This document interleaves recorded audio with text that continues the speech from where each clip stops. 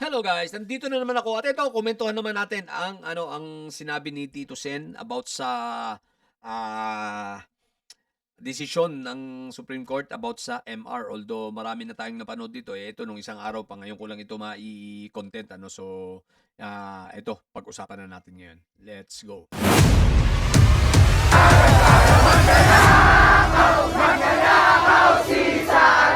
Let's go. With them. I mean, Congress, the House of Representatives. Okay. Pag-usapan lang yung issue niyang, pag-usapan namin yan. Kasi, ang nakikita ko na outright solution dito, which could not be called outright, palitan na natin konstitusyon.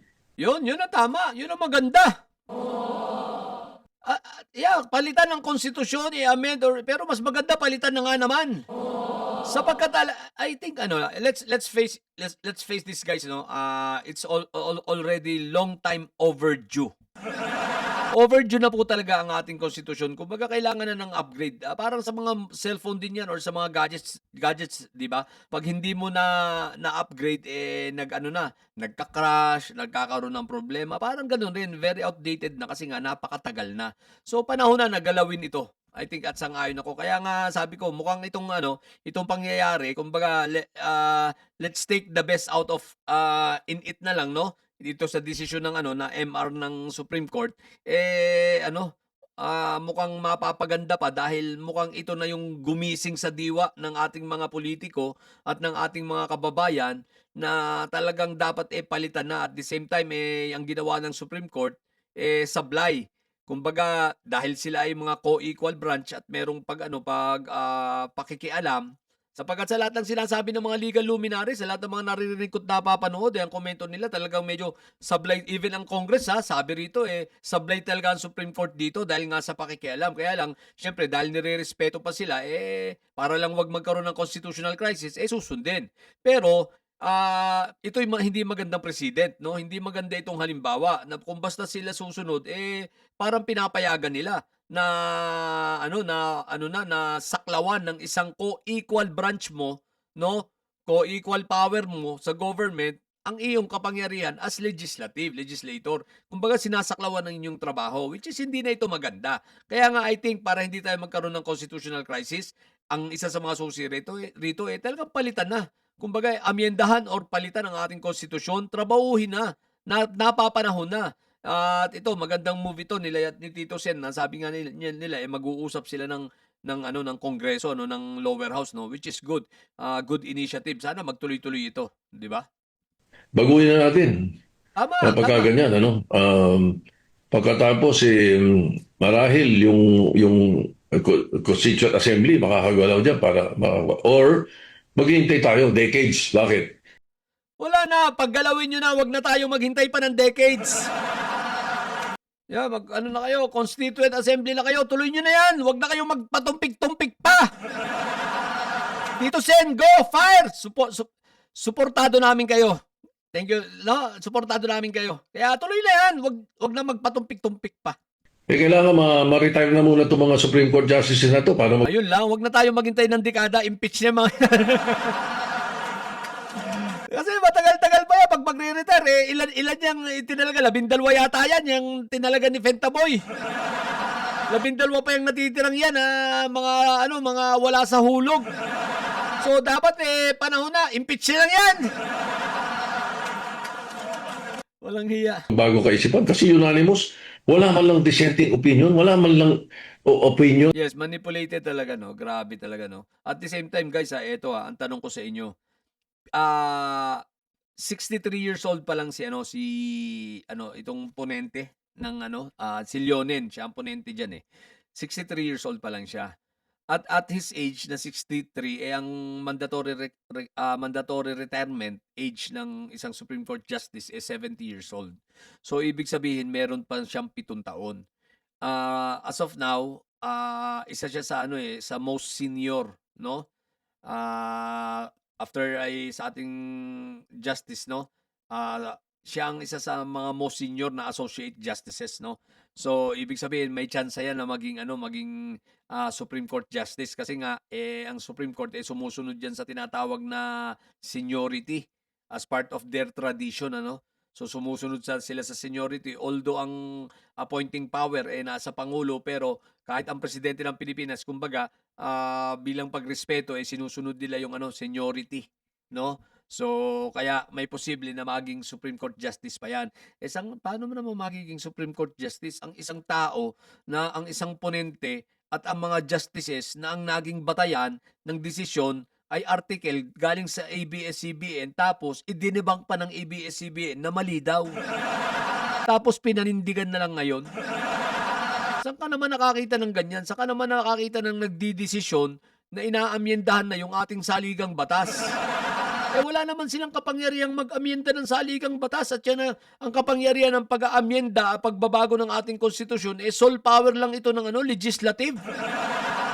At hindi ito, walang kinalaman dito ang Korte Suprema, at ang Korte Suprema, ang gagawin lang niyan ay mag-interpret ng batas. Pero hindi sila para magbago ng saligang batas. Isipin nyo yun guys, kung 7 taon pa si Marvic Leonen, what the heck? Otherwise na meron sinabi na ganito, kaya ako bumoto, explanation, wala man lang eh. So, nakakapagtaka eh. Baka nga, Wala, mukhang hindi lang binasa nila yun eh.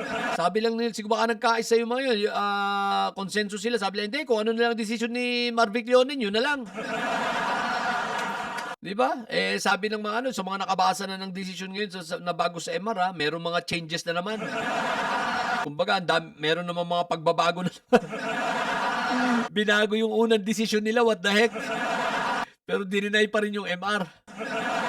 it will take years, mga retirement, bago tayo sana makakilos at Wala na. mailagay natin uli. Wag na hintayin.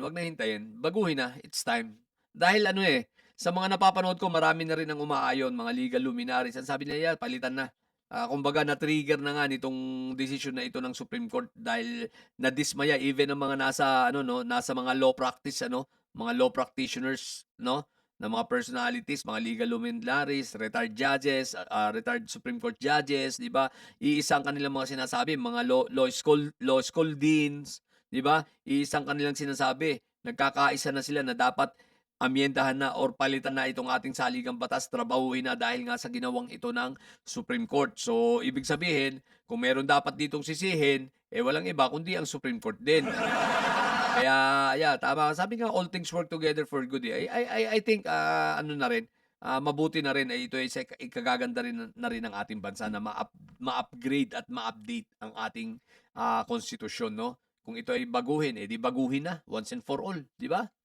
Para hindi na balik-balik. Total, ang dami na nating nakitang sablay ng ating lumang konstitusyon, ang dami na nakita nating mga butas, no? Na dapat ayusin. So lahat 'yon ay dapat ayusin na. Kumbaga marami na tayong learning experiences sa ating konstitusyon at hindi ito nakabuti sa bansa. So it's time na amyendahan, baguhin para sa ikabubuti ng ating bansa, di ba? Sa lugar sa konstitusyon kung hindi nila ako ayoko ng konkon, ayoko ng constituent assembly, pero pag gaganyan ang usapan, payag na ako. Hindi lang yun, baka madamay na yung economy pagka ganyan. Yeah, At saka siguro merong isang provision sa Constitution na nagbibigay ng power sa Supreme Court na i-review lahat I will not push, I will support. Sapagkat kung ang Supreme Court pwedeng galawin ng Constitution, dapat galawin na namin sapat kami ang empowered to do so. Yes, yun ang tama. Yan ang sinasabi natin, di ba? Kayo lang naman legislative lang ang siyang may kapangyarihan para gumalaw sa konstitusyon. Walang kapangyarihan ang ang Korte Suprema. May napanood ako may nagpasa sa akin si Banat Bayot-Bay. Nagko-komento 15 brains daw itong sa Supreme Court. Ikumpara mo daw dito kay Tito Sen na nag-graduate lang sa Wangbu University. Wanbol University. Excuse me, wag kang tatanga-tanga, Bayot-Bay. Ang ginawa ng Supreme Court ay overreach at hindi ito pinapayagan ng ating saligang batas.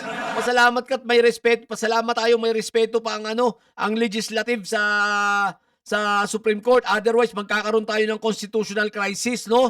Dahil bawal yan. Dahil ang may kapangyarihan lang na magbago ng ating saligang batas ay ang legislative branch lang.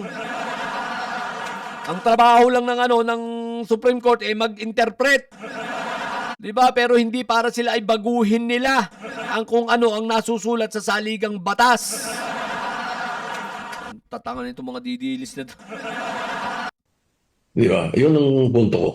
What So we yun. can do. So yun. Kaya nga panahon na. Guys, ewan ko kung sasang-ayon kayo sa akin pero ito ang aking ito ang aking damdamin diyan at ito ang aking pananaw. Panahon na talaga. Panahon na baguhin ang ating konstitusyon. Kung ano man ang gusto nilang gawin, Constituent Assembly, Constitutional Convention, alinman, CA or CC, alinman doon ang gagawin. Ang importante, mabago. Magkaroon ng pagbabago, i-modify na ang ating konstitusyon para maging tailored fit na ito sa ating kapanahunan ngayon. Baguhin ang dapat baguhin. Isama na itong treason.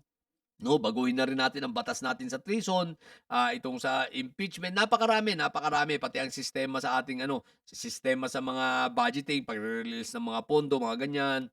So napakaraming dapat baguhin. Itong anti-dynasty bill, ipasa na, kumbaga integrate na talaga sa sa ating konstitusyon. Although naka-integrate naman siya ngayon, kaya lang walang maliwanag na implementing rules no kung paano ito gagawin. So lahat na i-modify na para sa ganun once and for all maiayos na ang ating bansa. Okay, sa kabutihan ng mas nakakarami para matagal medyo kokonti na lang yung mga katanungang natitira. Okay? So, yun. Salamat po. So, yun lang muna sa mga bobong didilis dyan. Ang tatay nyo ay karton, ha? Manatili kayo mga bobo at may sayad sapagkat ang may sayad ay laging high blood. Bye!